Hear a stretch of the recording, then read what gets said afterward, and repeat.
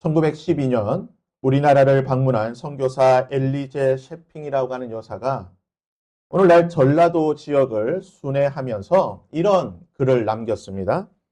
이번 여행에서 만난 사람은 500명인데 그 중에서 이름이 있었던 사람은 단지 10명 뿐이었다. 여인들은 돼지 할머니, 큰년, 작은년, 언년 등으로 불리고 있었다. 여러분 집에 족보가 있습니까? 한 연구에 따르면 우리나라 족보의 90%는 가짜라고 합니다. 조선은 신분제 사회였기 때문에 조선 전기의 신분 구성을 보게 되면 양반이 10%, 그리고 나머지 중인과 상민과 노비가 이렇게 사회에 구성이 되어 있었습니다. 또 고대 사회에서부터 이 성과 이름이라고 하는 것은 임금이 관료나 신하들에게 하사하는 것이었습니다.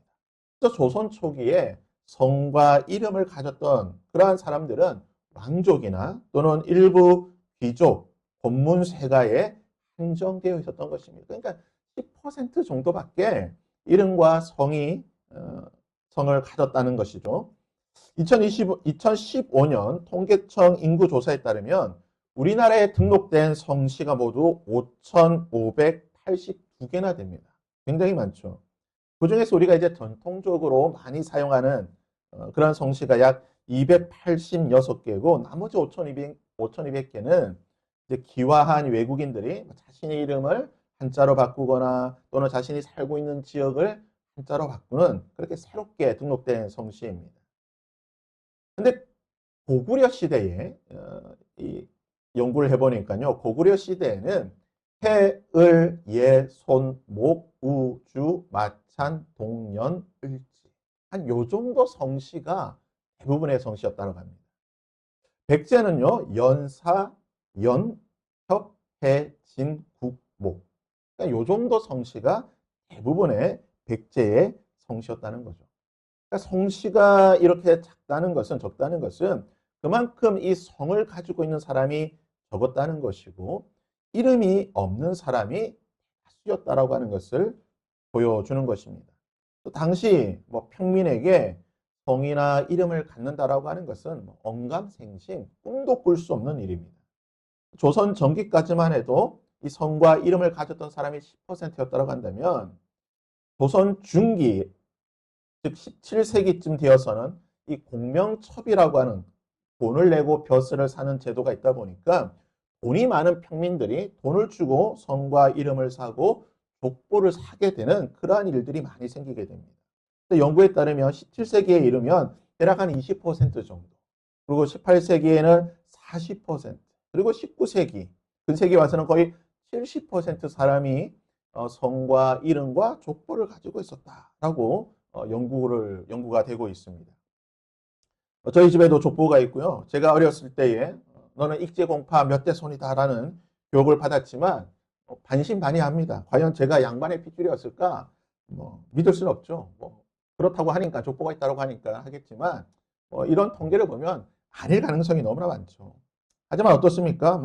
양반의 핏줄이 아니어도 현재 양반처럼 그렇게 잘 살고 있으면 된 거 아니겠습니까?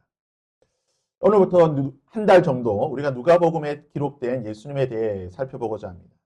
누가는 신약성경 27권 가운데에 복음서인 누가복음과 역사서인 사도행전을 기록했습니다. 성경 전체 권수를 가장 많이 쓴 사람은 27권 가운데에 13권 또는 14권, 히브리서까지 포함해서 14권 정도 기록한 사도 바울로 볼 수가 있습니다.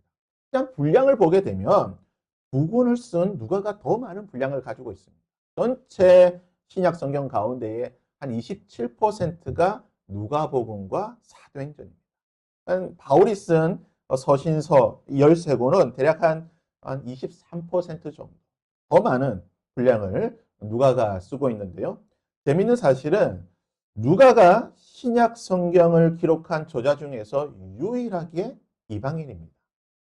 그리고 바울은 유대인이긴 하지만 이방인의 사도였습니다. 아니 이방인과 관련된 인물이 성경의 절반 정도를 기록했다라고 볼 수가 있는데요. 이처럼 누가는 이방인이었기 때문에 누가복음을 기록할 때에 다른 유대인들 저자와는 조금 다른 관점에서 좀 특징을 가지고 누가복음을 기록하게 됩니다. 사복음서는 이 마태복음은 유대인의 왕이신 예수님에 대해 기록을 하고 있고 마가복음은 종으로 섬기기 위해 오신 예수님에 대해서 그리고 요한복음은 하나님의 아들이신 예수님에 대해서 기록한다고 한다면 누가복음은요 인간이 되신 인자이신 예수님에 대해 기록하고 있습니다. 누가복음을 잘 살펴보면 예수님께서 얼마나 인간적이신가 그리고 예수님이 얼마나 이방인들에게 친밀한 친이방인적인 그러한 삶을 사셨는가를 누가복음을 읽으면 잘 알 수가 있습니다. 이러한 관점을 가지고 이런 관점을 염두에 두고 우리가 한 달 정도 이 누가복음을 연구해 보도록 하겠습니다. 설교 초반에 이 족보와 성시 이름에 대해서 말씀을 드렸는데요. 족보 그리고 이제 왕명록이라고 하는 이 왕의 이름이 기록되어 있는 기록들은 역사를 연구하는 데 있어서 가장 중요하고 기초가 되는 자료입니다. 한 인물의 역사성을 증명하고 또는 어떠한 사건의 역사적인 연대성을 측정하는 데에 반드시 필요한 것이 족보와 이 왕의 이름인 것입니다. 그래서 고대 사회에서는요, 이 왕들의 이름을 기록한다는 것이 굉장히 중요했고, 실제로 메소포타미아에서는 수메르의 왕에 대한 명단이 기록되어 있고, 이집트에서는 파라오의 그 수백 명에 달하는 파라오의 명단을 연도별로 해서 정확하게 기록을 하고 있습니다. 구약 성경에도 보면요, 여러 족보와 그리고 왕의 이름들 또는 여러 명단 리스트들이 기록되어 있습니다. 히브리어로 족보를 톨레토트라고 하는데요. 이 창세기는 모두 10개의 톨레토트, 이 족보로 구성이 되어 있습니다. 무슨 창세기의 족보가 있나라고 보시겠지만 히브리어로 보게 되면 이 족보를 시작할 때 이것이 톨레토트다라고 하는 명시를 하면서 히브리어로 창세기를 기록하는데요. 하늘과 땅에 대한 족보, 아담의 족보, 노아의 족보, 노아의 아들들의 족보, 셈의 족보, 데라의 족보, 이스마엘의 족보, 이삭의 족보, 에서의 족보, 야곱의 족보. 참 10개의 족보가 순서에 따라 기록이 되어 있는 것이 창세기입니다. 역대상을 보게 되면 역대상 1장에서 10장, 9장까지 성경에서 가장 긴 또 족보가 있습니다. 그래서 이 역대상 1장에서 9장을 읽어내기가 굉장히 힘들어요. 계속 족보 이야기밖에 없으니까 좀 읽기가 힘든 부분인데요. 룻기에는 다윗에 대한 아주 짧은 이 족보가 기록이 되어 있습니다. 그리고 에스라와 느헤미야를 보게 되면 바벨론 포로 생활에서 돌아온 이스라엘 백성들, 제사장의 그 명단들이 기록이 되어 있습니다. 그런 구약에는 여러 족보나 왕의 이름 명단이나 또는 여러 다른 명단들이 기록이 되어 있는데 신약 성경도 보시면요. 두 군데서 이 족보가 기록이 되어 있습니다. 하나는 바로 마태복음이고요. 다른 하나는 우리가 오늘 읽은 누가복음에 기록이 되어 있습니다. 마태복음 1장에 족보가 있고 오늘 읽은 누가복음 3장에 족보가 있는데 마태복음과 누가복음은 전혀 다른 방식으로 족보를 기록합니다. 마태복음은 유대인을 위한 책이다 보니까 유대인의 관습과 문화에 따라서 족보를 기록합니다. 반대로 누가복음은 이방인을 위한 책이고 누가 자신이 이방인이다 보니까 유대인과는 전혀 다른 방식으로 족보를 기록하게 됩니다. 마태복음 1장 1절 유대인들의 족보 기록 방식입니다. 아브라함과 다윗의 자손 예수 그리스도의 계보라. 그 족보의 시작을 이렇게 시작을 하죠. 그리고 족보를 어떻게 마치느냐? 19절에 16절에 야곱은 마리아의 남편 요셉을 낳았으니 마리아에게서 그리스도라 칭하는 예수가 나시니라. 유대인의 족보는 자신들의 조상, 믿음의 자신들의 실질적인 조상인 아브라함을 제일 먼저 언급을 하는 것이죠. 그리고 다윗이라고 하는 이 왕, 예수님은 유대인의 왕으로 오셨기 때문에 이 왕의 조상이라고 할 수 있는 다윗을, 즉 민족의 시초와 왕국의 시초인 아브라함과 다윗을 기록함으로써 마태복음은 예수님의 족보를 기록하고 있습니다. 그리고 17절에 보시면 그런즉 이 모든 대수가 아브라함부터 다윗까지 연례되어 다윗부터 바벨론으로 잡혀갈 때까지 연례되어 바벨론으로 잡혀간 후부터 그리스도까지 연결되더라. 그러니까 아브라함부터 다윗, 다윗부터 또 바벨론에서 예수님까지 어떻게 기록이 되어 있습니까? 위에서부터 아래로 하향식으로 기록이 되어 있습니다. 이 족보의 가장 중심이 누굽니까? 아브라함과 다윗이 이 족보의 가장 중심이 되는 인물입니다. 그다음에 이제 누가복음의 족보를 한번 살펴볼까요? 우리가 읽었던 23절은 이렇게 기록합니다. 예수께서 가르치심을 시작하실 때 30대쯤 되니라. 사람들이 아는 대로 요셉의 아들이니까 예수님은 요셉의 아들이니 요셉의 위는 헬리오라고 시작하고 있습니다. 누구부터 시작합니까? 예수님부터 시작하는 거예요. 예수님부터 시작해서 예수님은 요셉의 아들이고 요셉의 위는 헬리다라고 말하고 있습니다. 그리고 이 족보는 어떻게 끝이 납니까? 38절이죠. 그 위에 에노스요. 그 위는 셋이요. 그 위는 아담이요. 그 위는 하나님이시다. 족보의 끝을 아담과 하나님으로 끝납니다. 그러니까 유대인의 관점에서 다윗이나 아브라함으로 끝나는 것이 아니라 아담과 하나님으로 끝이 나고 있는 것입니다. 그러니까 족보의 기록 순서가 마태복음은 위에서 아래로 내려오는 순서로 기록했다고 한다면 누가복음은 밑에서 위로 올라가는 상향식 구조로 기록을 하고 있습니다. 그리고 이 족보의 중심이 누구입니까? 바로 아담과 하나님입니다. 예수님으로 시작해서 아담과 하나님으로 끝이 난다는 것입니다. 즉 누가는 이 족보를 통해서 한 가지 사실을 말하고 있습니다. 예수님은 인간의 혈통으로 오셨다는 것입니다. 아담의 혈통을 통해 오셨다는 것입니다. 하나님께서는 아담, 인간을 창조하셨고 예수님은 아담, 인간의 혈통을 따라 인간의 몸으로 태어나셨다는 것을 말하고 있습니다. 하지만 중요한 것은 예수님은 인간으로 오셨지만 결국은 시작은 누구입니까? 하나님으로 시작했다는 거예요. 예수님은 인류를 구원하실 참 인간이 되셨지만 동시에 참 하나님이시라고 하는 사실을 이 한 절의 말씀이 보여주고 있는 것입니다. 근데 이 마태복음과 누가복음에 기록된 이 족보를 우리가 세밀하게 살펴볼 수는 없지만 그 인물들을 비교해 보면 좀 의미 있는 인물의 변화가 있습니다. 우선 마태복음에 기록된 족보는 이렇게 끝이 나죠. 야곱은 마리아의 남편 요셉을 낳았다라고 말하고 있습니다. 요셉의 아버지를 누구라고 말하고 있습니까? 야곱이다라고 마태복음의 족보는 기록을 하고 있습니다. 근데 누가복음의 족보를 보시면요. 이렇게 표현하고 있죠. 사람들이 아는 대로 예수님은 사람들이 아는 대로 요셉의 아들이고 이 요셉은 누구의 아들이냐? 헬리의 아들이다라고 말하고 있습니다. 그러니까 마태복음에서는 야곱이 요셉의 아버지인데 지금 누가복음에서는 헬리가 요셉의 아버지다.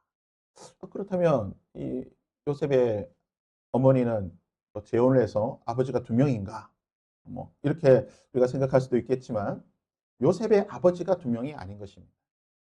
유대 사회에서는 여성의 이름을 족보에 거의 올리지 않습니다. 이 마태복음은 좀 예외적으로 4명을 기록하긴 했지만 일반적으로 여성의 이름은 올리지 않는데요.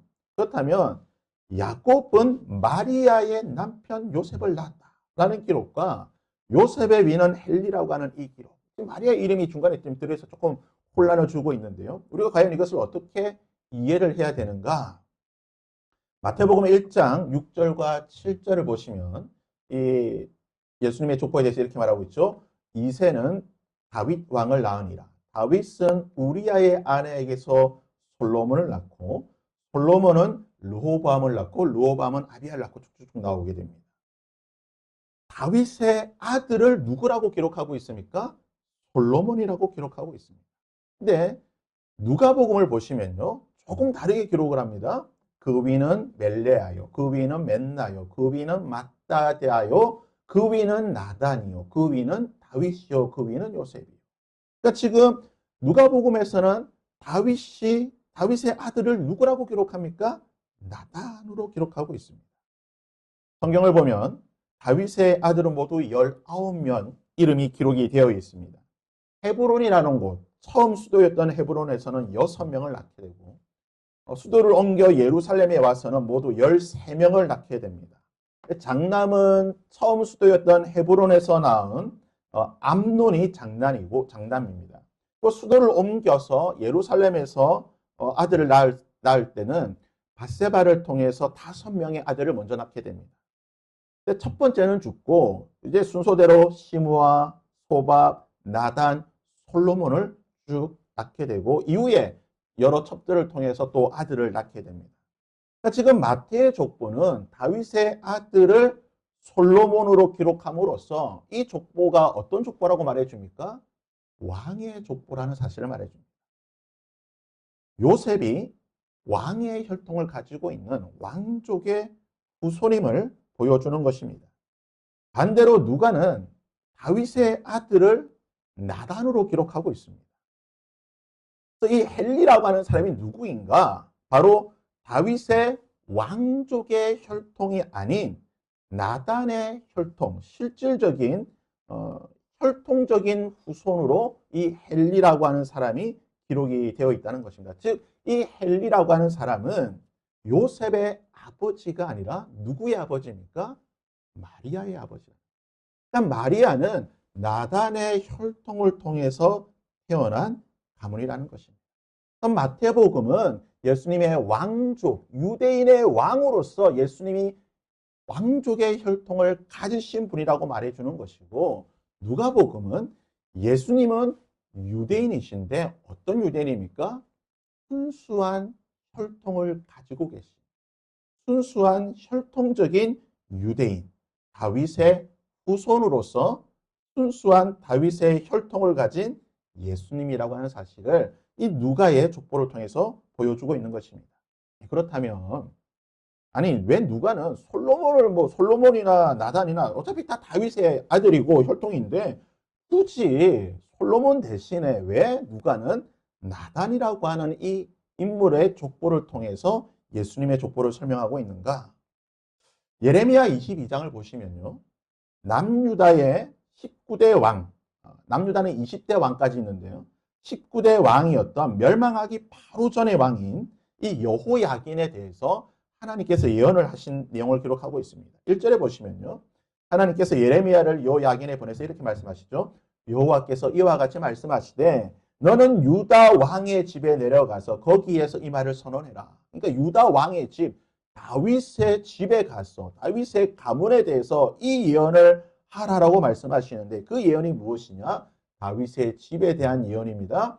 여호와께서 이와 같이 말씀하시니라. 너희는 이 사람이 여호야긴이 자식이 없겠고 그의 평생 동안 형통하지 못할 자라 기록하라. 이는 그의 자손 여호야긴 중에 형통하여 다윗의 왕위에 앉아 유다를 다스릴 사람이 다시는 없을 것임이라 하시니라. 무슨 예언입니까? 여호야긴에게는 아들이 없을 것이고 여호야긴 이후에 그러니까 즉 다윗의 혈통을 통하여서 솔로몬의 그 혈통을 통하여서 여호야긴 이후로 다윗의 왕위에 앉아 왕으로 통치할 이스라엘의 통치자가 일어나지 않을 것이라고 하는 예언인 것입니다. 그리고 이 예언의 말씀대로 남유다의 마지막 왕이었던 20대 왕 시드기야는요. 여호야긴의 아들이 아니라 요시야 전 왕이었던 요시야의 셋째 아들이었습니다. 그리고 시드기야를 끝으로 유다 왕조는 끝이 나게 되는 거예요. 이 예언의 말씀이 그대로 성취가 된 것입니다. 그런데 이 예언에서 중요한 것은 단순히 다윗의 왕조가 이제 끝날 것이라는 것이 아니라 바로 이것입니다. 그의 자손 중에 형통하여 다윗의 왕위에 앉아 유다를 다스릴 사람이 다시는 없을 것입니다. 그러니까 지금 다윗의 혈통, 다윗과 솔로몬의 혈통을 이어서 나오는 사람 중에는 더 이상 왕이 나오지 않는다. 이스라엘은요, 다윗의 혈통, 다윗의 그 가문에서 이스라엘 메시아가 온다, 우리의 왕이 온다라고 믿고 있는데 지금 다윗과 솔로몬의 혈통에서 더 이상 왕이 나지 않는다라고 말하고 있습니다. 그렇다면 누가 어떤 메시아가 다윗의 왕위에 앉아 유다를 통치하는 그 왕이 될 수 있는 것입니까? 그러니까 보통 왕이라고 하는 것은요, 이제 적장자라고 하죠. 아버지에서 장자로 이어지는 것이 일반적인 승계 원칙이죠. 하지만 때로는 이 형제들 사이에서 왕위를 주고받기도 합니다. 뭐 몽골이라든지 또 여러 나라에서 오늘날 또 지금 뭐 사우디도 마찬가지겠지만 형제끼리 왕위를 주고받기도 합니다. 때로는 이제 반계라고 하죠. 부자가나 또는 형제가 아니라 먼 핏줄, 먼 친척 중에서 데리고 와서 왕을 세우는 경우도 있습니다. 조선 역사를 보더라도 이 적장자가 왕위를 이어받은 것은 7명밖에 되지 않고 나머지 왕들은 다 형제나 또는 반계, 저 멀리에서 데려와서 왕을 세웠습니다. 다윗부터 솔로몬으로 이어지는 이 왕의 혈통은 하나님의 예언 말씀대로 더 이상 유다의 왕이 될 수가 없습니다. 그러면 이제 다른 다윗의 혈통이 나타나서 이스라엘의 왕, 다윗의 왕위에 앉아 이스라엘을 다스리는 메시아가 되어야 되는데 그가 누구입니까? 바로 솔로몬의 형인 나단의 혈통입니다. 왜냐? 나단도 다윗의 혈통이기 때문인 것입니다.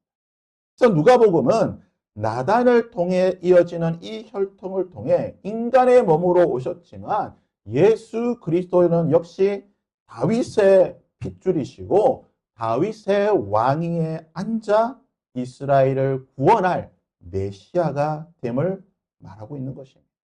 예레미야 22장의 이 예언과는 전혀 상관없이 무관하신 나단의 혈통을 통해 다윗의 왕위를 이어가실 메시아가 누구냐? 바로 예수 그리스도라는 것이죠. 마태복음은 다윗과 솔로몬으로 이어지는 계열이라고 한다면 누가복음은 다윗과 나단으로 이어지는 계열입니다. 이 두 족보를 통해서 하나님의 예언이 성취되었음을 말해주고 있는 것이죠. 예레미야의 그 예언도 성취되었고 다윗의 혈통을 통하여 영원히 이스라엘을 다스릴 자가 내게서 나올 것이라고 하는 메시아에 대한 그 예언도 성취가 되는 하나님의 예언을 이루시는 분이 누구냐? 바로 예수 그리스도라는 것입니다.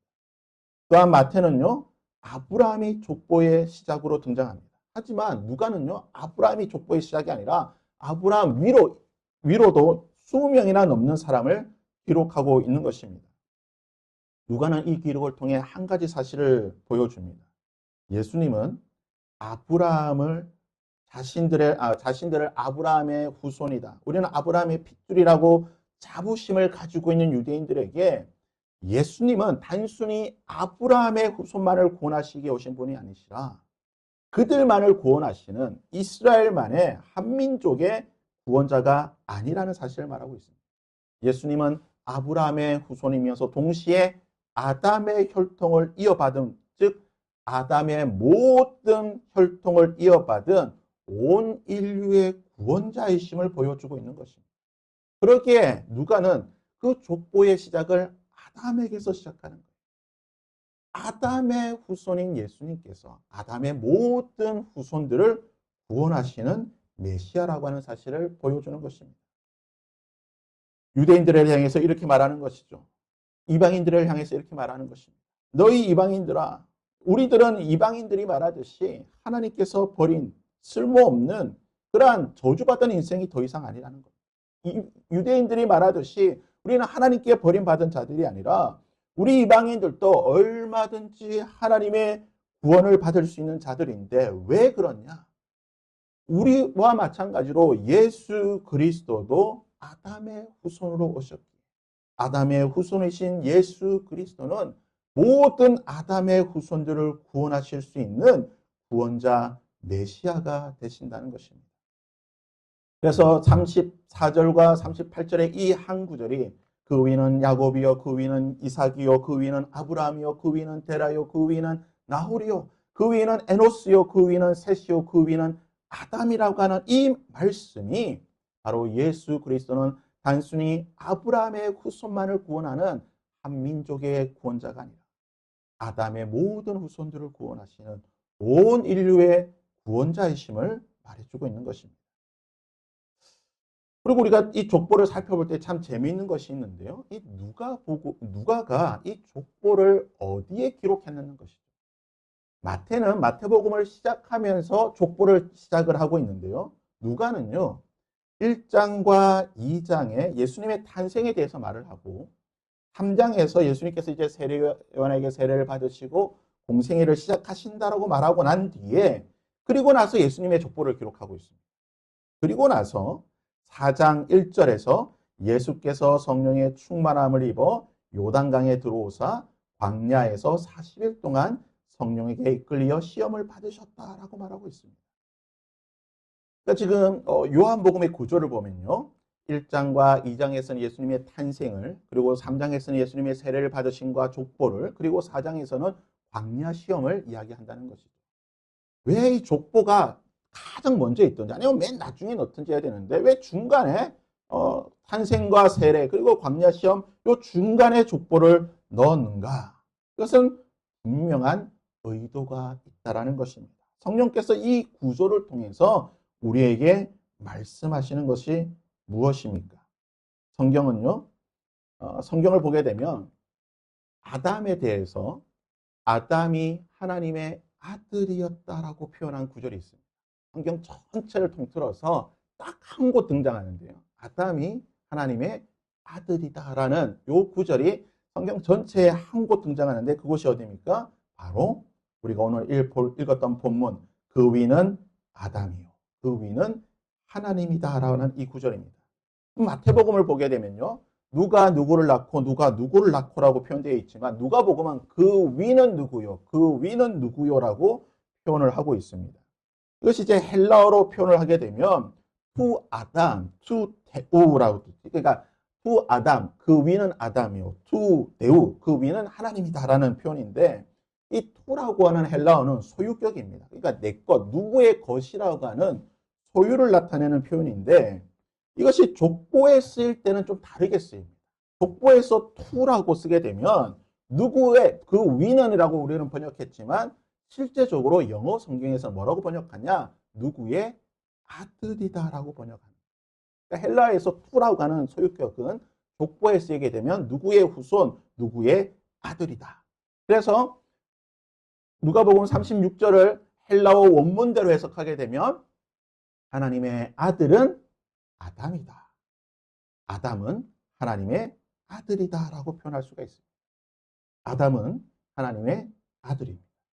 그런데요, 고린도전서 15장에 보면 우리 예수님에 대해서 뭐라고 표현하고 있습니까? 예수님은 둘째 아담이다라고 말하고 있습니다. 둘째 아담이신 예수님께서는 하나님의 독생자 아들이십니다. 하나님의 아들 아담은 에덴 동산에서 시험에 실패했습니다. 선악과를 먹지 말라라고 하는 이 시험에 실패했습니다.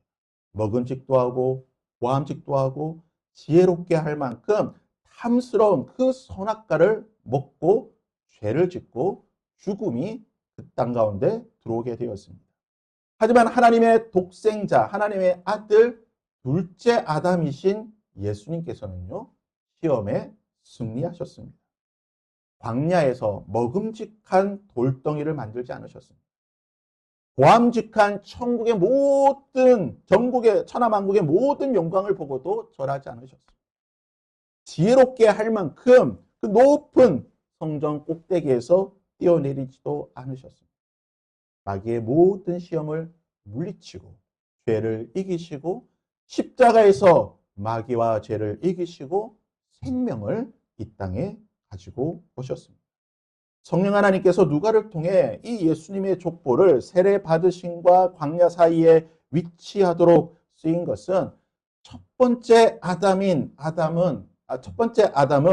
하나님의 말씀에 불순종하여 실패하였지만 둘째 아담이신 예수님께서는 하나님께 순종함으로 마귀의 시험을 이기시고 우리의 구원자가 되십니다. 첫 번째 아담은 실패하였지만 두 번째 아담 대신 예수님께서는 모든 것을 이기시고 승리하신 인류의 구원자가 되셨다고 하는 것을 보여주고 있는 것입니다. 마지막으로 누가는요, 족보를 통해서 예수님은 완전하고 완벽한 인간인 것을 보여주고 계십니다. 예수님은요, 요셉과 마리아를 통해 태어나셨습니다. 즉 예수님은 인간의 아들이십니다. 동정녀 마리아를 통해 죄가 없고 흠 없으신 인간으로 태어나셨습니다. 그런데요, 예수님의 위가 누구라고 말씀하고 있죠? 아담이고, 아담의 위는 하나님이다. 즉, 예수님은 하나님으로부터 시작한 하나님 그분이시다라고 표현을 하고 있습니다. 여러분, 누가가 누구입니까? 누가는요, 바울의 동역자였고 수행비서라고 성경은 말합니다. 그는 바울과 수많은 전도 여행을 같이 하였고, 교회 전승에 따르면 바울이 순교하는 그 자리에 누가가 있었다고 합니다. 그러니까 바울의 모든 이 사역 기간을, 거의 모든 사역 기간을 함께하였고, 그 누구보다도 바울의 생각과 신학과 그의 사상을 잘 알고 있던 사람인데요. 바울은 빌립보서 2장에서 우리 예수님에 대해서 이렇게 표현하고 있습니다. 우리 예수님은 그는 근본 하나님의 본체시나. 예수님은 하나님이시라는 거예요. 하나님과 동등됨을 취할 것을 여기지 아니하시고 오히려 자기를 비워 종의 형체를 가지사 사람들과 같이 되셨고, 예수님의 위는 아담이고 아담의 위는 하나님이시기에 예수님은 하나님, 근본 하나님이시라는 겁니다. 그러기에 예수님은 하나님의 본체이셨고, 성부, 성자, 성령, 삼위 하나님이신 예수님은 하나님과 동등됨을 취할 것으로 여기지 아니하시고 어떻게 되셨습니까? 사람들과 같이 요셉의 아들로 태어나셨다는 것입니다. 가장 완벽하고 완전한 하나님이셨지만 가장 완전하고 완벽한 인간이 되신 예수님은 빌립보서 2장 8절에서 사람의 모양으로 나타나사 요셉의 아들로 나타나사 자기를 낮추시고 죽기까지 복종하셨으니 곧 십자가에서 죽으십니다. 이러므로 하나님의 그를 지극히 높여 모든 이름 위에 뛰어난 이름을 주사 하늘에 있는 자들과 땅에 있는 자들과 땅 아래에 있는 자들로 모든 이름을 예수의 이름에 꿇게 하시고 모든 입으로 예수 그리스도를 주라 시인하여 하나님 아버지께 영광을 돌리게 하셨습니다. 누가의 족보가 보여주는 것이 무엇입니까? 하나님이신 예수 그리스도 인간의 모양으로 나타나 우리와 같은 인간으로 오셔서 죽기까지 우리와 같이 모든 고난과 고통을 겪으시고 십자가에서 죽으신 참된 인간이 되셨다라고 하는 이 누가가 족보를 통해 우리에게 강조하는 것은 바로 이것입니다. 예수님은 완벽하고 완전한 인간이셨다는 거예요. 그 어떤 인간보다 완전한 인간이셨고 그 누구보다도 완벽한 인간이 바로 예수님이라고 하는 사실입니다. 자, 여러분, 누가복음 3장과 마태복음 1장을 비교하면서 우리가 예수님의 족보를 살펴보았습니다. 마태는 예수님을 유대인으로 왕으로 소개하기 위해 예수님을 아브라함과 다윗의 자손이라고 그들로부터 족보를 시작하였습니다. 하지만 누가는 아담까지 거슬러 올라갑니다. 왜 그렇습니까? 예수님은 모든 아담의 후손들을 구원하시기 위한 온 인류의 구원자임을 보여주기 위해 아담으로부터 시작하고 있는 것입니다. 또한 누가는 이 족보를 광야와 세례와 광야 시험 사이에 배치함으로써 첫째 아담, 둘째 아담을 대비시키고 있습니다. 첫째 아담은 에덴 동산에서 실패하였지만 둘째 아담이신 예수님은 광야에서 승리하셨고 골고다 언덕 십자가에서 승리하셨다고 말하고 있는 것입니다. 첫째 아담은 실패하여 죄와 죽음을 가져왔으나 둘째 아담이신 예수님은 승리하여 구원과 영생을 우리에게 주셨다라는 것을 말해주고 있는 것입니다. 무엇보다 누가는 예수님은 참 하나님이시고 동시에 참 인간이라는 것입니다. 예수님은 우리와 같은 몸을 입고 인간으로 이 땅에 오셨습니다. 예수님은 배고프기도 하셨고 우리가 누가복음을 살펴보겠지만 예수님은 배고프기도 하셨고 피곤하기도 하셨고 눈물을 흘리기도 하셨고 그리고 우리처럼 시험도 받으신 분이십니다. 그러므로 우리가 고난 가운데 있을 때에 예수님은요 우리를 전혀 모르는 분이 아닙니다. 우리가 당하고 있는 이 모든 고난과 어려움과 형편을 이해하지 못하는 분이 아니라는 것입니다. 가족도 친구도 가까운 사람도 우리의 모든 형편과 마음을 알지 못하지만 그러나 가장 완전한 인자 되신 예수님은 우리를 그 누구보다도 잘 알고 계시고 이해하고 계시는 것입니다. 히브리서 4장 15절에 이렇게 말합니다. 우리에게 있는 대제사장은 우리의 연약함을 동정하지 못할 이가 아니요 모든 일에 우리와 똑같이 시험을 받으신 분이고 헬라의 신들은 신이기에 인간의 세상에는 관심이 없고 그냥 그들만 먹고 잘 마시고 사는 그들만의 세계에 살았던 것이 헬라의 세상의 신인 것입니다. 하지만 우리 예수님께서는 인간의 몸으로 이 땅에 오셔서 우리와 함께 하시면서 우리의 연약함을 알고 계시고 우리와 같이 모든 일을 겪으시 우리의 모든 것을 가장 잘 알고 계시는 가장 완전하고 완벽한 인자이신 예수님인 것입니다. 그러기에 우리는 언제든지 아니 항상 어떤 상황이든 예수님께 나아갈 수 있어야 하는 것입니다. 여러분 가운데 어려움이 있습니까? 마음의 아픔이 있습니까? 여러분의 답답함과 곤란함과 시험과 억울함이 있습니까? 여러분 무엇부터 생각하십니까? 주변에 내 문제를 해결해 줄 사람들, 나의 하소연을 들어줄 수 있는 것들, 아니면 인터넷을 켜서 검색을 하면서 이것을 어떻게 해결해야 될지 이것을 해결할 수 있는 방법들을 검색하고 계시지는 않습니다. 그러나 히브리서의 말씀 그리고 누가의 족보에 기록된 대로 가장 완전한 인자 되신 예수님은 우리의 모든 형편을 잘 알고 계시는 것입니다. 그러기에 우리는 우리의 삶의 태도, 우리의 습관을 바꿔야 하는 것입니다. 우리 가운데 어려움과 곤란함과 모든 해결치 못하는 문제들이 있을 때에 그것을 해결해 줄 사람, 해결해 줄 방법을 생각하는 것이 아니라 먼저 이것을 가지고 주님 앞으로 나아갈 수 있어야 하는 것입니다. 주님께서도 나와 같은 이 문제로 힘들어하셨죠. 주님께서도 나와 같은 이 고민으로 어렵고 나의 이 모든 고민에 대해 이미 경험하신 분이시죠. 주님도 나와 같은 인간적인 아픔과 연약한 가운데 힘들어하셨죠. 나의 모든 것을 아시오니 나의 이 모든 것들을 들어주시옵소서. 여러분의 어려움과 여러분의 고난과 여러분의 그 답답한 모든 것들을 우리 주님께 먼저 아뢰고 가져나갈 수 있기를 바랍니다. 누가의 족보는요 단순한 이름의 기록이 아닙니다. 예수님은 우리와 같은 인간으로 우리의 모든 것들을 들어주시고 해결해 주시는 우리의 죄와 죽음과 사망과 모든 고난을 해결해 주시는 구원자 되신 예수 그리스도 승리하신 하나님의 아들 둘째 아담 예수 그리스도임을 보여주고 있는 것입니다. 바라기는 승리하신 가장 완전하고 완벽하신 인자 되신 예수님께 나아갈 수 있는 그분을 더 의지하고 그분을 더 바라보며 그분께 나아갈 수 있는 저와 여러분이 될 수 있기를 주님의 이름으로 부탁드립니다.